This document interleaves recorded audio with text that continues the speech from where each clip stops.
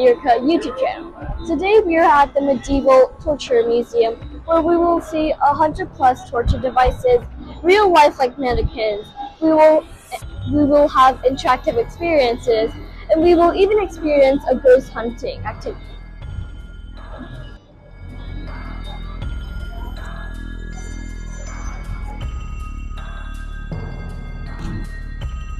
This museum isn't meant to be fun in the usual way.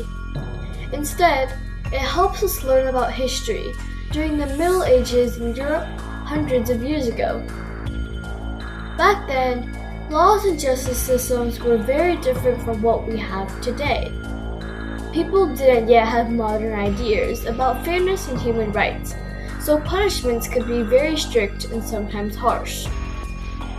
The purpose of this museum is to help us understand the past and to see how much the world has changed. It reminds us why today we value kindness, justice, and respect for others. It's important to know that this place is not about promoting anything negative. Instead, it's about learning from history so we can build a better and more compassionate future. For younger visitors like me, it's always best to explore places like this with a parent or adult to better understand the meaning behind what you see.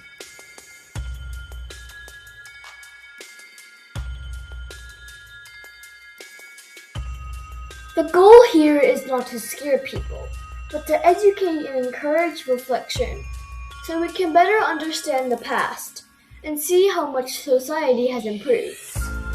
Because some content may be intense, the museum is mainly designed for adults and older teens, and younger visitors should come with a parent. It's definitely a different way to learn history and to think about how the past has shaped the world we live in today. Inside the museum, you'll find many different types of historical devices that were once used for punishment during the Middle Ages. Each one tells a story about how people understood justice at that time. For example, there were stretching devices, which were designed to pull the body in order to force confessions. There were also restraint tools, used to hold a person in place for long periods of time as a form of punishment. Sometimes, devices were created to publicly shame people, showing that punishment wasn't always physical. Sometimes it was just about embarrassment and control in front of others. You'll also see mechanical devices with complex designs, showing how technology, even in the past, was used in ways that reflected the beliefs and systems of that time.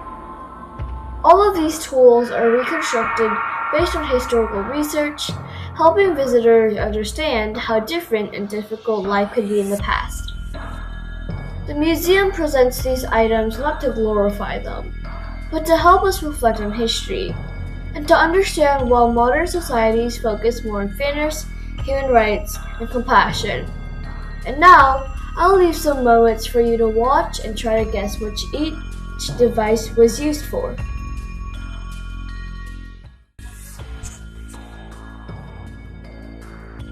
This is a cauldron where in ancient Egypt the pharaohs would sentence people to this when they disobeyed him, and it was also used by Genghis Khan when he saw enemies, and he would also use this method against his rivals.